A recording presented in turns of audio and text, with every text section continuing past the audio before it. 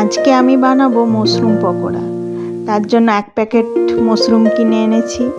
এটা ওরকম 45 টাকার মতো নিল। এবারে আমি ভালো করে এগুলোকে ছাড়িয়ে কেটে ধুয়ে নেব। প্রথমে এই ছালটা তুলে দিতে হবে। এটা তুলে আমি এটাকে 4 পিস করে কেটে নেব। অনেকে 2 পিস করেও কাটে, যে যেরকম পারে সেরকম করে। এভাবে আমি সব মাশরুমগুলোকে কেটে ভালো করে ধুয়ে নেব। এরপর ওতে একটা ডিম দেব এবং কয়েক কুচো রসুন দেব, কারণ মাশরুমে একটা গন্ধ থাকে, তাই রসুনটা দিলে ওই গন্ধটা আর লাগে না।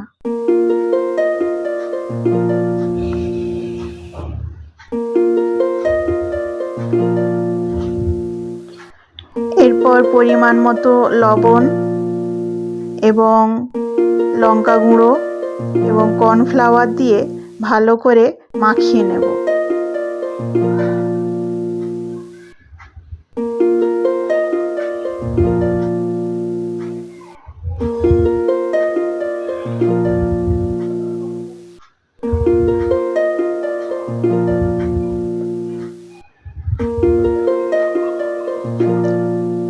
এক ঘন্টা ম্যারিনেট করে রাখার পর আমি তেল গরম করে পকোড়াগুলোকে একে একে দিয়ে দিচ্ছি। আমি এখানে রিফাইন অয়েলই ব্যবহার করি, অনেকে সর্ষে তেলও ব্যবহার করে।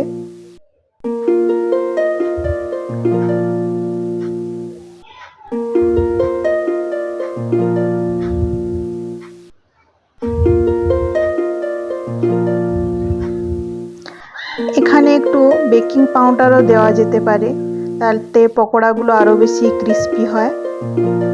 আমি এখন এই পকোড়াগুলোকে তেলে ভালো করে গোল্ডেন ব্রাউন করে ভেজে নেব।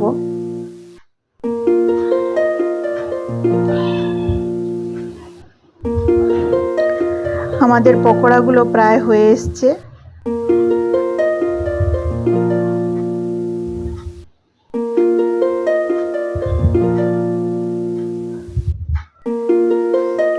এবারে আমি পকোড়াগুলোকে তুলে নিচ্ছি।